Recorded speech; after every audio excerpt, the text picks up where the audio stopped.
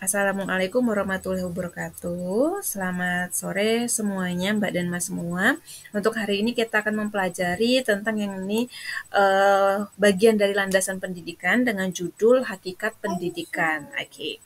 Nah, apa-apa saja poin yang akan kita bahas? Bahas itu adalah yang pertama tentang yang namanya pendidikan. Apa sih itu pendidikan? Apa sih itu mendidik? Bagaimana filosofi pendidikan nasional dan bagaimana tujuan pendidikan serta bagaimana implikasi atau tujuan pendidikan nasional. Jadi, 5 poin ini adalah hal-hal yang akan perlu kita bahas pada meeting hari ini.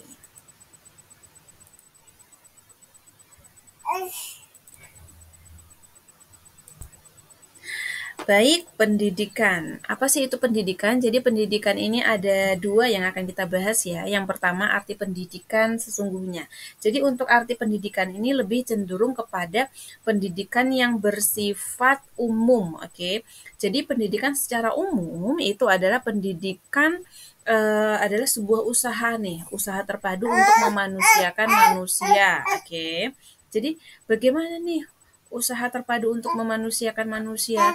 Ini bisa kita dapat dari keluarga, dari orang-orang terdekat kita, dari saudara, dan juga lingkungan. Yang intinya, pendidikan ini adalah membangun karakter, sehingga peserta didik menjadi pribadi yang memiliki keutamaan terpandang karena memiliki daya intelektual. Itu adalah arti pendidikan dalam ruang lingkup general atau umum.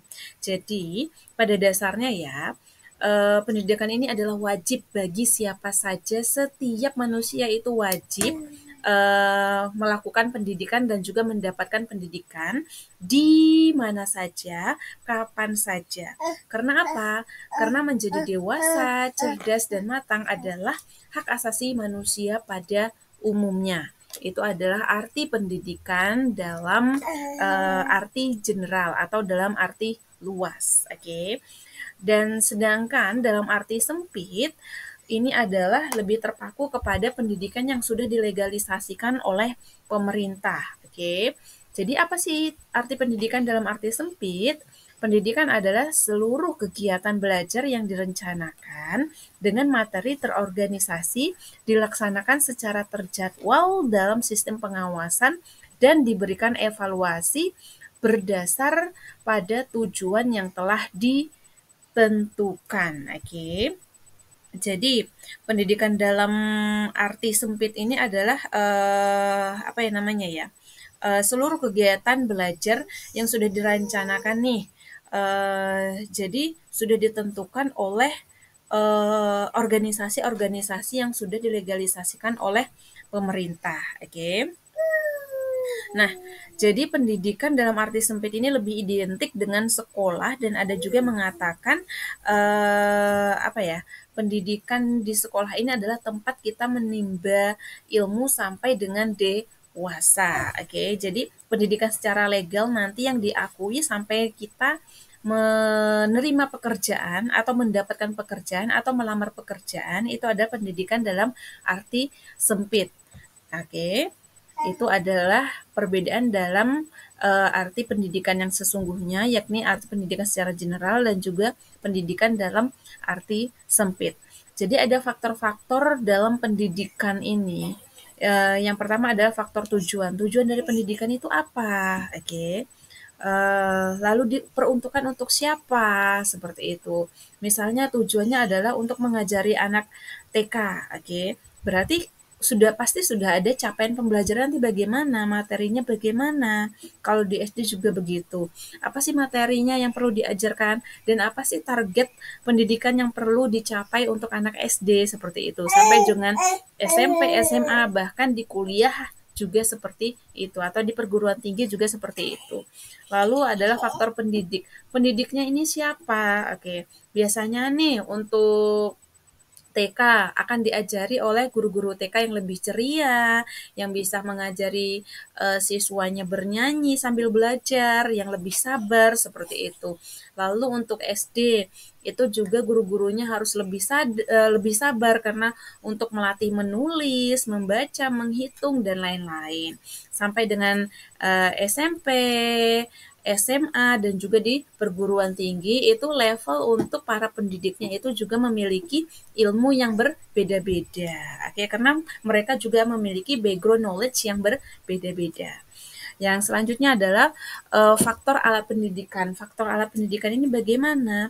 Alat atau media yang digunakan untuk melaksanakan pendidikan dalam setiap jenjang itu juga berbeda-beda. Misalnya nih, kalau untuk TK lebih cenderung menggunakan medianya mungkin audiovisual, menggunakan gambar, animasi, seperti itu. Ada lagu-lagu, suara. Sedangkan SD mungkin cukup animasi aja, seperti itu PPT-nya. Atau mungkin dengan SMP dan SMA serta kuliah juga berbeda-beda lagi. Jadi tergantung dengan level pendidikannya untuk media pembelajaran yang digunakan, gitu ya. Lalu yang keempat adalah faktor lingkungan. Jadi melaksanakan pendidikan atau mencapai tujuan hasil akhir dari pendidikan itu juga dipengaruhi oleh faktor lingkungan. Lingkungan yang baik atau lingkungan yang sesuai akan menghasilkan pendidikan yang maksimal seperti itu. Ini adalah arti dari pendidikan. Oke. Selanjutnya yakni kita harus mengetahui juga bagaimana sih itu jenis-jenis lembaga pendidikan. Oke. Jadi untuk jenis-jenis lembaga pendidikan itu ada macam-macam ya. Yang pertama ada sekolah, ada lembaga pelatihan, dan juga ada pendidikan di lingkungan. Yang kita bahas yang pertama adalah sekolah dulu nih. Sekolah itu apa sih? Jadi sekolah itu adalah pendidikan formal yang ada di lingkungan kita, mulai dari jenjang terendah hingga tertinggi. Itu yang disebut sekolah. Yang seperti sudah saya jelaskan tadi, mulai dari PAUD, TK, SD, SMP, SMA sampai dengan perguruan tinggi. Oke, jadi pendidikan formal yang ada di lingkungan kita itu mulai dari yang saya sebutkan tadi ya. Lalu selanjutnya adalah lembaga pelatihan. Lembaga pelatihan itu apa? Jadi lembaga pelatihan itu merupakan salah satu contoh pendidikan non formal. Nah, jadi pendidikan non formal ini dapat didirikan oleh pemerintah dan juga non pemerintah. Jadi lembaga tersebut atau lembaga pelatihan ini akan berpusat pada kompetensi keahlian khusus. Misalnya nih di Nganjuk ada BLK Nganjuk kan. Nah, BLK ini adalah sebuah lembaga pelatihan untuk mewadahi tamatan SMA yang ingin bekerja atau berwirausaha menjadi apa seperti itu. Jadi ada pelatihan khusus. Kalau ingin memasak itu ada mungkin pelatihan untuk kelas memasak. Yang tertarik dengan alat berat juga ada seperti itu. Itu yang disebut dengan lembaga pelatihan. Oke. Selanjutnya adalah pendidikan di lingkungan. Pendidikan di lingkungan itu yang bagaimana sih? Jadi pendidikan yang banyak dilakukan oleh masyarakat, baik pendidikan agama atau yang lainnya. Nah, pasti nih Mas dan Mbaknya sudah kenal dengan misalnya ada yang namanya tempat mengaji, oke, atau yang kita biasa sebut madrasah diniyah, oke.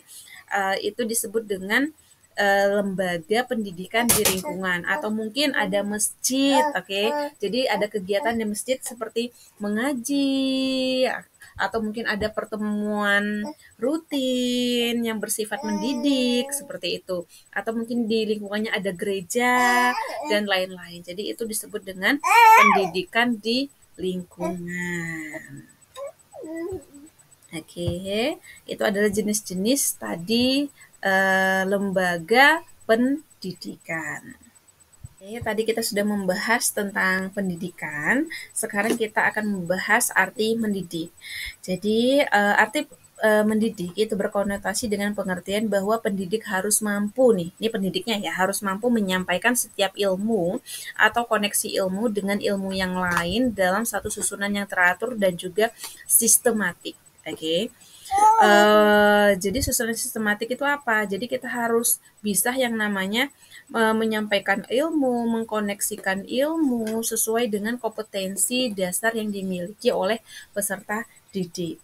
Nah, sedangkan menurut Darmo Diharjo, itu beda lagi, bukan hanya proses transfer ilmu, tetapi mendidik itu juga lebih daripada transfer ilmu, yakni mendidik itu adalah suatu usaha yang lebih ditujukan kepada pengembangan budi pekerti, hati nurani, semangat, kecintaan, ketakwaan. Oke, jadi kalau untuk expert ini lebih cenderung kepada pengembangan karakternya. Jadi, oleh karena itu, mendidik dikatakan sebagai upaya pembinaan pribadi nih, kalau menurut saya secara mental, akhlak, dan juga sikap dari anak didik kita. Nah, mendidik ini tidak hanya sekadar untuk transfer knowledge loh ya, tetapi juga transfer value. Value-nya ini apa nih? Yaitu karakter tadi, bagaimana guru itu menyirami kita dengan karakter-karakter yang baik, kebiasaan-kebiasaan yang baik, misalnya masuk atau bertemu mengucapkan salam seperti itu. Lalu ketika berbicara dengan guru dengan nada yang sopan seperti itu, minta tolong kepada yang teman itu dengan kata-kata yang sopan seperti itu yang disebut dengan transfer of value. Oleh karenanya, secara utuh mendidik dapat diartikan sebagai usaha apa ya, pembinaan ya terhadap siswa, baik itu dari segi aspek kognitif, oke kan transfer tadi kita kan mendidik itu juga transfer knowledge atau ilmu ya, berarti kan kognitif, berarti afektif juga, psikomotor juga. Kenapa? Agar siswa kita dapat tumbuh menjadi manusia yang memiliki kepribadian, seperti itu. Itu yang disebut dengan mendidik. Oke. Baik, tadi kita sudah memahami apa itu arti pendidikan dan juga apa itu arti pendidikan. Oh, sorry. Oke. Selanjutnya kita akan membahas tentang yang namanya filosofi pendidikan, oke, atau filosofi dari pendidikan nasional. Seperti yang Anda tahu, Anda bisa lihat ya, saudara semua bisa lihat sebuah gambar di samping. Ini adalah gambar sebuah buahan, yakni guava atau jambu. Nah, jambu ini tumbuh dari batang dan rangkaian yang sama. Oke, tapi bisa dilihat berdasarkan gambar ini, apakah semua matangnya sama? Jawabannya tidak. Ada yang masih muda, ada yang sudah matang baik sekali, dan juga ada yang sudah kematangan. Jadi, apa sih koneksinya dengan yang namanya mendidik dan juga pendidikan tadi? Oke, ini yang akan kita bahas. Oke, jadi berdasarkan buah tadi ya, berdasarkan buah jambu ini, semua buahnya ini tumbuh bersama nih pada batang yang sama, tetapi proses matangnya itu berbeda-beda. Begitu pula dengan pendidikan. Jangan samakan proses peserta didik dalam belajar. Meski mereka belajar di suatu sekolah, oke, gurunya sama, setelah itu bukunya sama, oke, tapi hasil atau output yang dihasilkan itu berbeda-beda. Oke. Jadi kematangan mereka itu berbeda, begitu juga dengan bakat, minat dan kemampuan siswa itu pasti berbeda-beda. Jadi pendidikan ini adalah suatu proses yang tidak diam loh ya saudara-saudara. Dia itu pendidikan ini bisa terus tumbuh dan berkembang sesuai dengan kondisi zaman dan juga kondisi peserta didik itu sendiri. Oke. Menjawab dari tantangan itu, sebagai pendidik nantinya nih saudara harus terus-menerus belajar untuk menggali sumber-sumber dan ilmu yang masih terpendam bahkan terbelenggu. Jadi tidak cukup hanya dengan kata-kata saja. Kita ini sebagai pendidik ini perlu mewujudkannya dalam suatu aksi nyata. Untuk mewujudkan hal-hal tersebut, kita perlu melakukan beberapa langkah nyata nih, seperti misalnya yang nanti akan menjadi guru nih, bisa menuntun peserta didiknya sesuai dengan bakatnya apa, minatnya apa, kemampuannya apa. Jangan anak yang tidak memiliki nih kemampuan dalam matematika dipaksa untuk matematika, dipaksa untuk mengikuti lomba, bukan seperti itu. Jadi kita kelompokkan siswa tersebut berdasarkan bakat, minat, dan juga kemampuan. Kalau mereka tidak mampu, ya sudah mungkin skillnya bukan di kemampuan kognitif, mungkin mereka punya bakat olahraga, biasanya seperti itu. Jadi orang yang memiliki fisik yang baik, olahraga yang baik, mereka justru memiliki kognitif yang lemah, biasanya seperti itu. Jadi tidak semuanya itu harus sama, oke. Nah, kita sebagai pendidik, kita itu ibaratnya sebagai petani nih yang bertugas menyebar benih-benih tanaman tadi. Kita harus merawat peserta didik kita dan menjadi nanti tanaman yang unggul seperti itu. Jadi meskipun bakat, minat, dan juga kemampuan mereka berbeda, tetapi mereka memiliki keunggulan sendiri, itu ya. Yang kedua nih, aksi nyata kita apa? Kita bisa melakukan pembelajaran yang menyenangkan dan tidak membebani, dan saling asah mengasah dan saling asuh seperti itu. Jadi pembelajaran menyenangkan itu ada pembelajaran tanpa memberi tekanan, tanpa memberi banyak PR seperti itu. Tapi pembelajarannya itu lebih bermakna.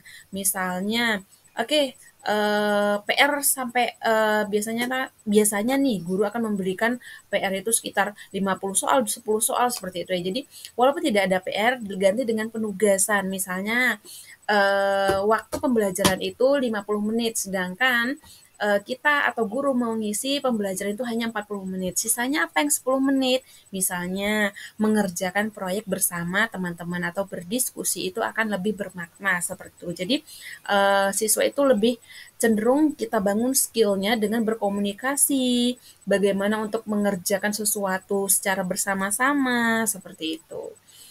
Nah, yang ketiga yakni melakukan pembentukan karakter. Oke, melalui pembiasan sehari-hari.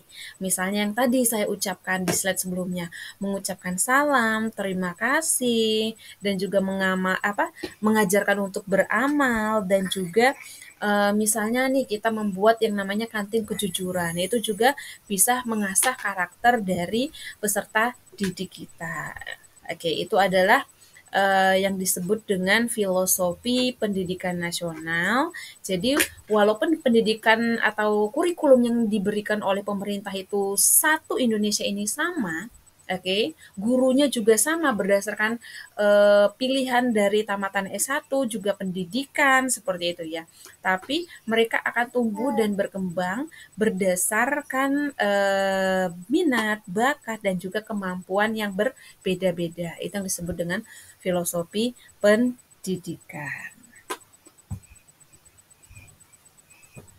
Baik, setelah kita mengetahui apa itu filosofi pendidikan, kita akan mempelajari tujuan dari pendidikan. Jadi, tujuan pendidikan itu menurut Undang-Undang Nomor 20 Tahun 2023 itu namanya ada tentang sistem pendidikan nasional.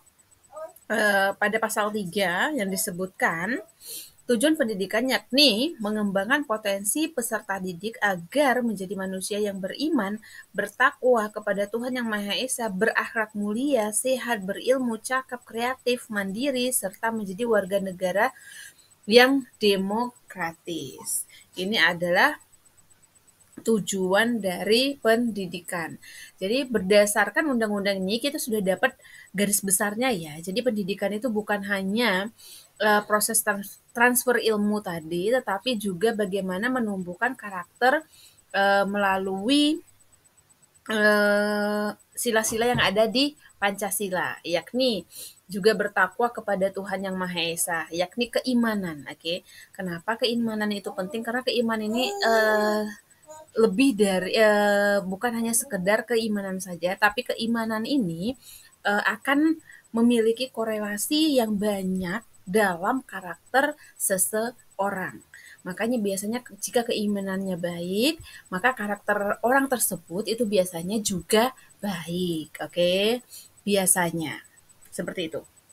Jadi tujuan pendidikan itu sudah tertuang pada Undang-Undang Nomor 20 Tahun 2003. Oke. Nah, untuk selanjutnya yang akan kita bahas yakni tentang tujuan dari pendidikan nasional.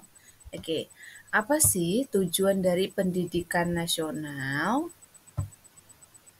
Oke, tujuan dari pendidikan nasional itu adalah mencerdaskan kehidupan bangsa dan mengembangkan manusia Indonesia seutuhnya, yaitu insan yang beriman serta bertakwa terhadap kuasa. Kuasa yang Maha Esa serta berbudi pekerti luhur, mempunyai pengetahuan serta keterampilan, kesehatan jasmani, rohani, kepribadian yang mantap serta eh, memiliki rasa tanggung jawab, kemasyarakatan serta kebangsaan. Itu adalah tujuan dari pendidikan nasional. Selain melakukan pendidikan juga yakni menanamkan pendidikan karakter dan juga bagaimana dia berada di masyarakat. Jadi untuk pendidikan nasional ini lebih kompleks lagi, tidak hanya melakukan transfer ilmu guru itu, tetapi juga eh, apa itu mengembangkan karakter siswa ke arah yang lebih baik dan juga bagaimana nanti siswa tersebut bisa berbaur dengan masyarakat atau membangun lingkungannya untuk menjadi masyarakat yang lebih baik sehingga nanti bangsa dan negara kita itu bisa mencapai tujuan nasional yang utuh seperti itu. Oke. Itu adalah tujuan dari pendidikan nasional. Oke. Selanjutnya, eh, setelah Anda semua atau saudara semua mengikuti materi pada sore hari ini, masih ada waktu lebih karena kita 3 jam pembelajaran ya. Saya memiliki tugas untuk Anda. Yang pertama, tugas ini bisa tolong diselesaikan secara individu dan bisa dilakukan dengan menulis di kertas, oke, atau melakukan pengetikan, oke, pengetikan di komputer juga oke. Jadi pengumpulannya bisa ada dua ya, bisa melalui tulisan tangan atau juga diketik. Tetapi tugas yang disubmit itu tidak boleh dalam bentuk JPG atau foto. Kalau dia dalam bentuk foto, itu harus diubah menjadi PDF terdahulu. Jika mengumpulkan dalam bentuk foto, saya tidak akan melakukan penilaian. Saya akan melakukan penilaian jika file tugas pada hari ini dikumpulkan dengan cara disubmit melalui dengan format MS Word dan juga yang namanya PDF. Tugasnya apa? Silahkan untuk menanggapi case yang saya berikan. Oke, ada dua tugas. Yang pertama, pentingnya pendidikan dalam pengembangan individu. Tadi kita sudah bahas ya tentang pendidikan, tujuan pendidikan dan juga tujuan pendidikan nasional. Nah, menurut saudara, bagaimana pendidikan mempengaruhi perkembangan individu dalam konteks sosial, budaya, dan ekonomi? Jadi, silahkan memberikan pendapat Anda ya, gimana sih pendidikan itu bisa mempengaruhi perkembangan individu yang kita didik, oke? Baik dari konteks sosial, budaya, dan juga ekonomi. Berikan pandangan saudara dengan merujuk pada teori-teori pendidikan yang relevan serta pengalaman nyata di lapangan, oke? Yang kedua adalah pendidikan itu adalah hak asasi manusia, mulai dia dari lahir, oke? Nah, dalam pandangan saudara, mengapa pendidikan dianggap sebagai hak asasi yang fundamental bagi setiap individu? Oke, silakan dijelaskan mengapa dan jelaskan juga bagaimana hakikat pendidikan ini diterapkan dalam kebijakan pendidikan nasional. Oke, silahkan ditulis pendapat Anda terhadap dua case ini dan silahkan dikumpulkan di GCR sesuai dengan waktu yang sudah ditentukan. Oke, terima kasih untuk pertemuan pada sore hari ini. Saya ucapkan terima kasih. Assalamualaikum warahmatullahi wabarakatuh.